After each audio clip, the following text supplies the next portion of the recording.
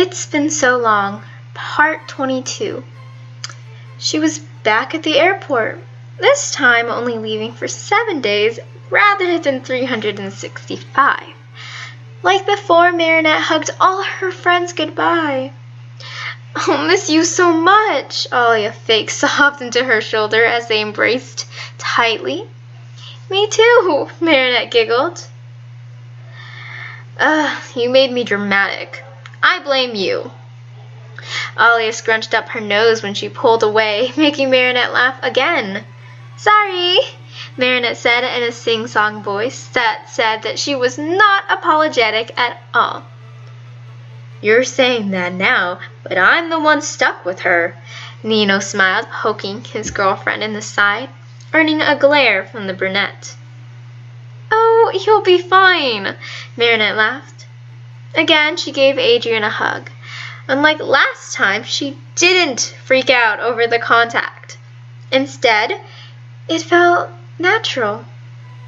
Hugging him seemed normal now, especially with the more frequent soft touches. It felt like a part of her daily life, like the way you'd come back home from a long day at work.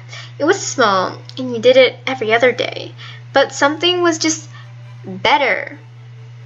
Something was better around actually touching, whether it be a hug, her head on his shoulder, his arm on her head on his shoulder, his arm on her shoulder, or their hands brushing. Whatever it was nice. Not jarring like before, but nice. Her mother gave her a kiss on the cheek, and her father wiped his eyes. He was actually crying. Cough, cough. Cough, cough. Fake glare at Alia. She said goodbye to them and sighed, getting herself prepared to leave home again. Though, dramatics aside, it wouldn't be for long. Marinette picked up her carry-on bags and luggage and waved to her friends and family, feeling a very strong sense of déjà vu. For very good reason. Turning back around, she made her way down the walkway into the plane. The flight attendant welcomed her kindly, leading her to the compartment she would be staying for the flight. "Thank you," she said politely, before quickly closing the doors so Tiki could freely fly around. Tiki fluttered around, eating a cookie that Marinette had thrown into the air for her. "Yummy! New recipe?" the Kwami asked. Marinette nodded. "I'm glad you like it." She sat down into the chair and took a deep breath. Idly, she unlocked her phone and looked at her recent texts. Alia, her mother, Adrien, a group chat, and Chat Noir. Her thumb hovered over Adrien's icon and she clicked in it to look at their conversations. They were talking about their favorite foods, specifically pasta, for some weird reason. Marinette kept scrolling up. Wow! It was a long text thread. She was blabbing about pesto, and he was agreeing with her. "Wow," she said quietly. Who knew two people could have such an in-depth conversation about pasta, of all things? Her manicured fingers ghost-typed a text, as though, even though if she was to send it, he wouldn't see it for hours. "Mari?" Tiki asked, snapping Marinette out of her daze. "Huh? Yeah?" the black-haired girl said. "Are you okay?" Tiki asked, worry in her voice. Marinette nodded, just thinking. And indeed she was. She was thinking about the last time she'd seen Adrien. Not an hour ago, no. She thought of the last time she saw him while she was Ladybug. Flashback. Where was that cat? Ladybug sighed. They were on patrol, and even though she had been the one to call for a split patrol, she hadn't seen him for over 2 hours or so. Usually he'd come back after 1, and they would decide if they should keep walking the streets, or if it was all safe and they could retire for the night. "Ladybug?" a voice called from the alleyway. The superhero turned to face the ever-famous Adrienette, aka her close friend outside of the suit. Adrien, hello, she said, a bit confused, a little bit shocked, and a lot of bit worried about what his father would do if he was caught out of bed, much less out of the house. Adrien, what are you doing here? She asked worriedly. The blonde rubbed the back of his neck nervously. His eyes were everywhere but on her. I kinda snuck out of my house, he admitted in a small voice. Ladybug exhaled. You shouldn't do that. And hiding in a dark alleyway, no less, is rather dangerous. Ladybug reprimanded him. Adrien sighed and nodded his head. I know.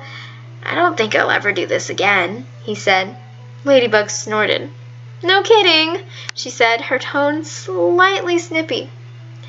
Okay, I won't. Orders from a superhero. I don't think I can refuse. You shouldn't be going against the orders of your father. That too. Suddenly, Adrien's eyes, or what she could see of them, went wide, and his arms shot out, wrapping around her wrists and pulling her into the darkness of the alleyway. The Scarlet Lady almost squealed, but managed to keep it under wraps. Adrien hushed her softly, though it didn't keep her from glaring and placing her hands on her hips pointedly. Person, he whispered into her ear, and indeed, there was a shadow nearing them. Ladybug shrank back into the oozing obsidian. The shadow became closer now. Soft footsteps were heard via her enhanced hearing. The late-night stroller passed by without a care in the world, not even realizing that there were two 15-year-olds in an alleyway that they had just passed. One, the superhero who saved Paris on the regular, and another, the most famous and sought-after adolescence model with a heart of gold and a smile bright enough to melt steel.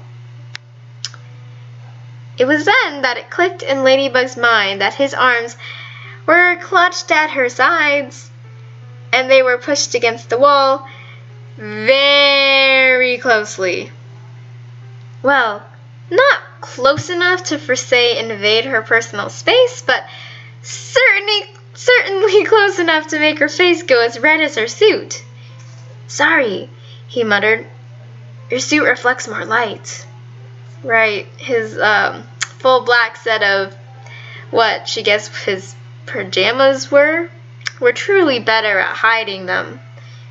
It's okay, Ladybug managed out. Why was her throat getting dry? In a flash, Adrien stepped back, sheepishly rubbing his arms, sheepishly rubbed his arms, the ones that were holding onto her tightly not even 10 seconds before. So, do you require a ride home? Ladybug asked. The air was a bit awkward, to say the least. No, I'm okay. I think it'd draw more attention if you brought me home. Well, he did make a good point. Ladybug nodded, and they stared at each other in silence.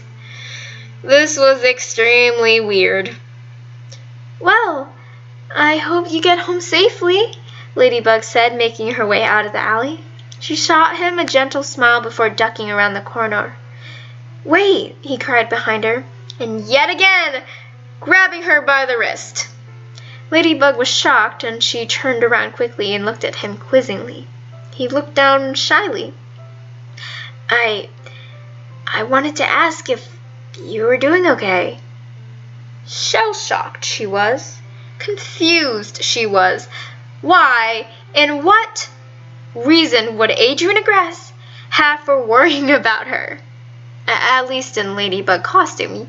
Yes, he was the sweetest soul on planet Earth, but that didn't even have reason as to why he was worried. Nothing had changed, per se. Yeah, she had saved him before, but by that logic, every citizen in Paris should be cooing over her like a nest mother. And certainly, and thankfully, that didn't happen. Yeah, Yeah. It came out a lot more as a question than an actual answer.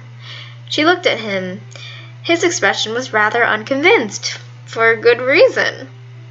Are you sure?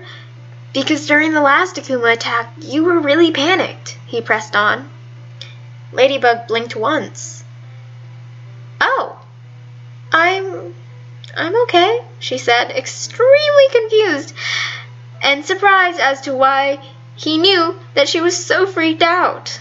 But again, Adrien looked unconvinced. If you say so. His tone was uneven. Ladybug nodded slowly, but then narrowed her eyes at him after something rather important had been processed in her brain. Wait, how do you know I was so, paranoid about something? She asked, cocking her head to a side. At that, Adrien's eyes widened, those green apple irises showing fully. There seemed to be a fair level of panic on his face, though it quickly passed, or was masked something. I was in the crowd that day, and noticed you talking to Chat Noir. His explanation seemed frantic, to say the least, but Ladybug decided to brush that aside. Instead, she gave him a scrutinizing look. Really? I didn't see your bodyguard, she said, thinking back to the day. Adrien looked down at their feet. I kinda snuck out again, he admitted in a near mumble. Ladybug raised a brow. A low chuckle that she had tried to muffle escaped her mouth. Goodness, is this a habit? Sneaking out like a delinquent and going against your father's wishes? She said with an amused smile playing on her lips. Adrien laughed sheepishly. Sometimes, the blonde disclosed the secret. The superhero of Paris, the one clad in uniform, at least clicked her tongue thrice and shook her head, hair swishing around. No more of that, she said firmly. As a citizen of Paris, you need to stay safe in your bed. Adrien nodded affirmatively. Yes, Ladybug, he said, sounding like a soldier. Another laugh came from Ladybug. Before she gave a slight motion of shooing him out and back to the direction of his home. He nodded and began a slow walk to his house. And just to let you know, you're doing a great job of keeping Paris safe. It's a stressful job. I get it. Don't crack under the pressure. You can do it. We all believe in you. His smile was slight and shy, but Ladybug swore she could see just a hint of her partner through him. That made her slightly unnerved, but she still smiled thankfully at him. Thanks for the encouragement, the lady in red said. A final wave, and Adrien had been trekking towards his home. Ladybug gave a satisfied hum and swung into the air. Now, where was that silly cat? Present day. About what? Tiki's voice snapped her out of her mind's travel. I'm not sure, Marinette said honestly. There was just the smallest, small part of her brain that was possibly falling for Adrien again. Or maybe it just hadn't ever gone away. With that kind of day that Marinette had pushed to the far back of her mind, and the fact that Adrien's hug was too comfortable, there were claims that she liked him again. But at the same time, logic said otherwise.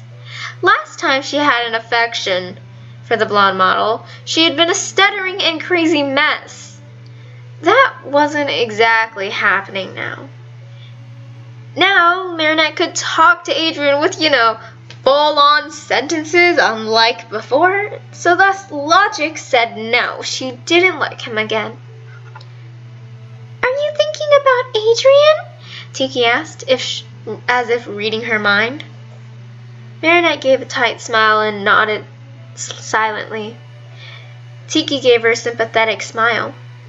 And why? The Kwame asked. Marinette sighed, falling into the airplane chair that was oddly comfortable for a, airplane chair. I thought I was starting to like him again. And especially now, since we're actually friends. But it feels different? Not as ecstasy, crazy high as before, but... So, maybe it's just a friend connection, Marinette said, an unsure expression appearing on her face. Tiki looked at her pretty blankly. I mean, he's still cute and all, and I still think he's cute and all. Obviously, he's like a model. That kind of goes without saying, and I can see us dating, but my feelings are all too muddled up. Marinette continued to ramble. Tiki took a breath. So you think that you might like him? She asked. The black-haired girl shook her head. No, I think I might not like him, but I'm not sure. It doesn't feel the same way as before, so technically I guess I don't like him, but I can't shake the feeling of us being something, Marinette said, her face scrunched up and cringed at the mess she was spilling. She didn't blame Tiki in her very puzzled expression. Marinette herself had no idea what was coming out of her mouth, and after all the disasters of Adrien, well, she had quite a bit of practice with nonsense spilling out of her mouth. So, you think you might just like him in a platonic sense? But sometimes that's unsure? While mostly you guys are just friends? Tiki tried to piece it all together. Marinette snapped a couple of times, or tried to at least, because apparently snapping wasn't her strong suit, and pointed at Tiki energetically. Basically, that's better than how I could explain it. He's my friend, but dating him isn't exactly a terrible idea in my head. So, I guess we're just really close friends. The superheroine of Paris sighed in relief, finally working out the madness in her brain. Adrien was her friend, and considering the fact that he had been her first love, it made sense that there was still a slight attraction. But that didn't mean she liked him again. After all, there was no tripping, stuttering, and embarrassed Marinette to be found whenever the blonde spoke a word to her. In fact, they were comfortable enough to poke fun at each other. It was rather nice. If only she'd gotten over the borderline obsession with him earlier, then maybe they could have been like this for longer. What about Chat Noir? Marinette's head almost snapped as she had turned it so sharply upon hearing the Kwame's question. Tiki looked dead serious, though Marinette was tempted to call her out on her joke. What do you mean about Chat Noir? Marinette said, cursing the slight stutter as her way too smart Kwame had noticed, and raised a brow at. I mean, how does Chat Noir fit into all of this? Tiki said. Her tone was very pointed. Marinette wanted to gulp. How did Chat Noir fit into all of this mess that was her mind and feelings? The way he always has? As my superhero partner?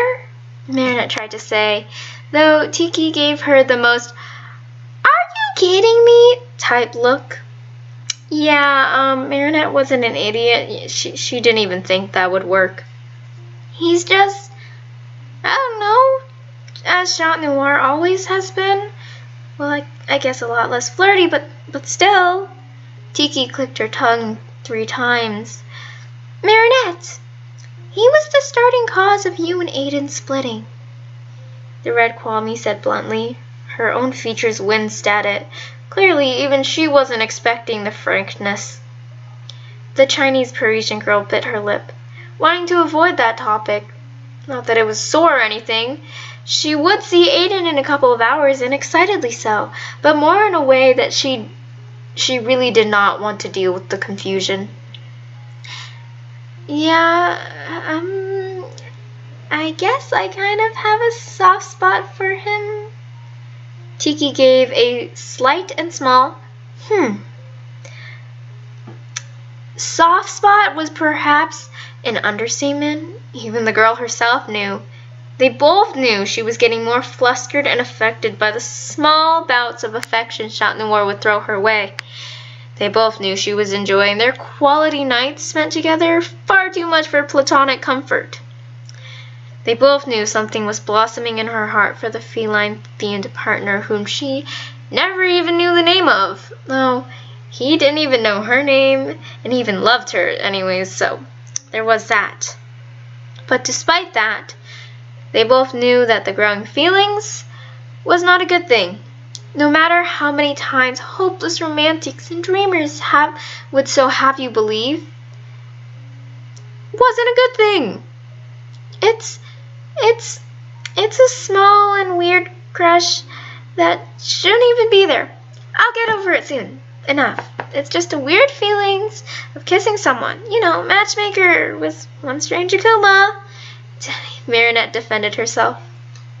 Tiki gave a breathless and humorless laugh.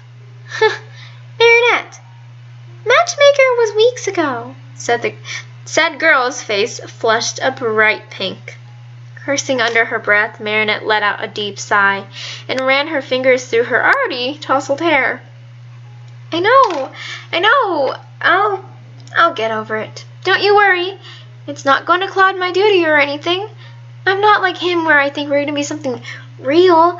I swear, I'm not that naive. It'll pass, I promise. Marinette said, turning on the TV, and began to flip through the movies provided. I know you won't, Tiki said gently. Marinette smiled at her and handed her another cookie, to which the Kwame gratefully accepted. Silently, they watched a movie. Tiki's mind wandered a bit, though. She wasn't worried about love clouding her line of work. She was more worried about the opposite. She was very much worried that Marinette was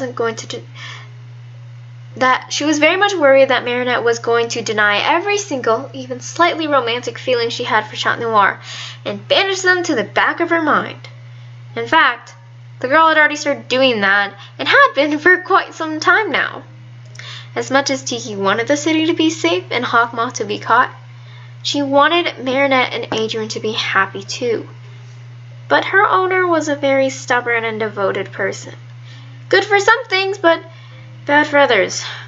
One being her potential happiness was on the line because Marinette had it drilled in her head she couldn't truly like Chat Noir in a way that was in that way solely because they were crime-fighting partners. Even Tiki knew that was faulty logic. Marinette was using to distance herself from him, and because it was a distraction from what she felt was her most important purpose. Hadn't she read, any comic books? Any. Marinette was just too focused on one thing at times, and it wasn't always good. Marinette handed Tiki another cookie, which she ate quickly as well. They watched the two main characters meet on screen for the first time in one of the most adorable and cliché ways possible. Marinette cooed at the adorableness and promptly pulled out her phone to tell Adrien about said cuteness. And then Chat Noir. Ironic. Was Marinette aware she was texting the same boy the same thing? Nope. Was she going to figure it out anytime soon? Probably not. Was Tiki going to continue the whole charade and be forced to watch her owner and Flag's owner, for that matter, be fools? Definitely. Was Tiki ready to figure out this entire train wreck? Not at all.